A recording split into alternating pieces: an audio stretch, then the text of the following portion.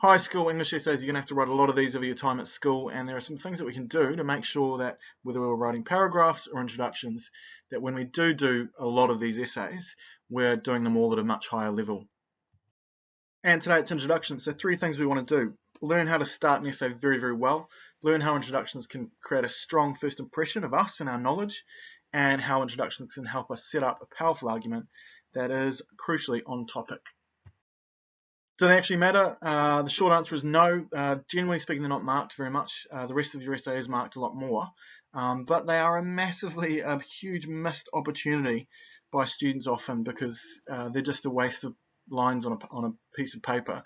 They are an opportunity for you to really dive in and show that you understand the text really well.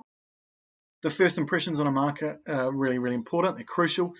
The marker is going to be judging you and what you know and how well you understand a text and how you can write about a text. And to start off weak just doesn't make sense. You're better off starting in a really confident, strong manner, and that's what we're going to be working on today. Number one thing we're learning how to do is to write an introduction which links to central key concepts that we want to be talking about in the essay. We're not writing introductions that just simply list points in a not very thoughtful manner. So we're not putting off our analysis to later on in the essay. We're doing it straight away from the start, from the introduction. Big disclaimer here though, if you're a student who's struggling to pass essays in the first place, listing points isn't a bad thing. So if you're just aiming for an achieve level, it's fine, do that, it's not going to do any harm. But for students that want to go a little bit further to get to that deeper level we need for the higher levels of an achievement, this is what we're going to be trying to do. So we need a question for an example, and I've just taken a year 12 question from last year, and our key concept here will be related to this idea that comes through in the question. English questions are very vague and generic, so let's say negative atmosphere, which we will focus on. That is a very broad term. So we need to make sure we're specifically linking to an atmosphere. What is the atmosphere? Why is it negative? What are the reasons behind making that negative? There's obviously 2 parts to this question. The language features are something we certainly have to be mentioning, but because we're writing about poetry, that's going to be easy. Here's a year 10 or a year 11 question. So to describe and explain question, and again our concept here is understanding human nature, and there's certainly things we can do to make sure that is more specific as well. And even though we're all writing essays on different things over the course of your time at school, we're just going to use for an example a single poem. I've chosen this poem because it's used at year 12, it's used at year 10. It's actually recently been mentioned by the people who write our exams and mark our exams as something that's a poet or a poem that is written on very well at year 12, and it's short. So either you want to pause the video now and quickly give it a read, or actually just read the first sentence because it's all you need to know to figure out what it is we're writing about in our introduction and in our paragraphs a little bit later. Finally, here is our example. This is a very typical introduction, the sort of thing we'd probably get from a junior student or a senior student who's not really putting a lot of thought into their introductions. And again, there's nothing stopping this introduction from leading to a high-level essay or passing. But there are some things that it does very poorly. And it's important for us to start recognizing the difference between pretty lazy writing and writing that's very thoughtful. So let's quickly read it. In Wilfred Owen's Dulce, Dulce et Decorum Est, he uses many language features to display a negative atmosphere. One of the main ones he uses for a powerful effect is imagery, as well as the structure of the passage. Finally, Owen also uses strong verbs in order to produce a negative impression for readers. Ticks all the boxes in terms of, we mentioned the negative atmosphere from the question. We've got 3 points: imagery, structure, and strong verbs.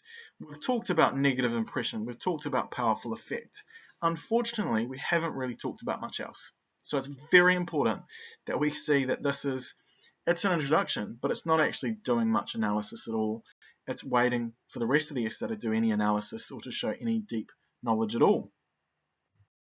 We want an introduction that links to key concepts. So here are 3 that Owen uses that would come across when we're studying the poem, and you never have to come up with this yourself. This is a poem that you'd study in class over, a week. So there'd be a lot of notes and help to get to these, and this is exactly what you'd be studying before you go into writing about a text. So quickly, let's go through them. This poem, number 1, is a reaction poem, so it's reacting against romanticized view of death. and soldiers dying. So certainly something we need to mention. Secondly, the description of the soldiers, how they're dehumanized is a key part of the poem. And thirdly, this poem is writing about an experience, there's a narrative. Owen's involved in that narrative. So that's another key concept that we want to make sure we link to. And straight away we can see there's more thought and more analysis involved just from the vocabulary used. So why not use this vocabulary in our introduction? We don't have to go into detail to show that we know what these things are and these concepts in a deep way. So you've got them in your notes, you've come across them in class, make sure you're using them in your essays. Here it is, here's the sample, same length. I think it's probably a little bit larger than what you'd have on a piece of lined paper. So in an exam, I'd say this might take up four lines, about the same length as the previous one. It's only 2 sentences long, so let's have a quick look at it. Wilfred Owen's Dolce et Decorum Est establishes an atmosphere which challenges romantic notions about wartime and the heroic death of soldiers. Owen's intense use of language and striking ability to dehumanize soldiers ensures readers are left in no doubt about the trauma those at war suffered. We're not waiting around to get to that deep analysis. We're going to dive into it straight away, particularly with our use of language, definitely here in the second sentence. So we need to think about negative atmosphere and what way is it negative, and where is that negative atmosphere coming from, what's it being created for. So that's what we want to dive into straight away in our intro. Our first example just spoke about effective language. This example talks about language in a more specific way. We talk about the way the language is used as violent, but also the language is associated with violence. That language has an effect, and the effect is to dehumanize soldiers. So that talks about our reception of the language, the effect of the language on us, the political side of what Owen is trying to say. And the language also is for a purpose, and the overall purpose is that trauma. So showing us about the trauma that the soldiers experienced, physical trauma, emotional trauma, the idea of war as a suffering that's experienced. So in that single sentence, we've talked about the language and the atmosphere in a much more specific way. So we haven't used the word negative once, but we've been very specific about in what way the language is negative and what specifically the atmosphere of the poem is. So it sets up a great opportunity for us to explore an argument and to set up a claim for us to then dig into in the rest of our essay. So a quick checklist to make sure that our writing is in fact at quite a high level. Firstly, have we linked to key concepts from the text? Yes, we have definitely done that. We've used our notes. Have we used advanced vocabulary when we're talking about the text? I think we can say that our writing is strong and we're using advanced vocabulary, so yes. And finally, have we got a sophisticated understanding of the keywords in that question, like atmosphere, like negative? Yeah, we can safely say that we've done that as well.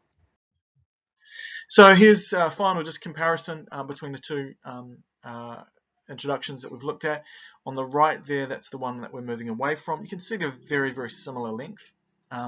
On the left is the one that we've changed. And if initially you thought that first introduction, well, there's nothing wrong with that, it's fine. Hopefully by now you can see the difference between an intro that links to really key ideas and one that doesn't really involve a lot of thought. The language used clearly suggests that the argument on the left-hand side is being made. It's specific, it's making clear claims about the language, and it started making an argument about the text.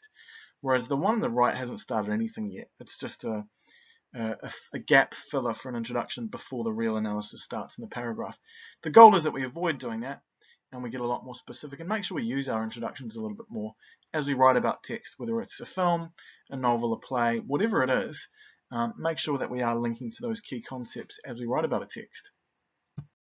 Next one, hopefully coming up soon when I finish it and post it, is really getting into the juicy part of an essay, the paragraphs, where we start actually proving these claims that we're making and make sure our analysis is at that deep layered level, using quotes, really strong opening sentences, that sort of thing. So that's hopefully going to be coming up soon.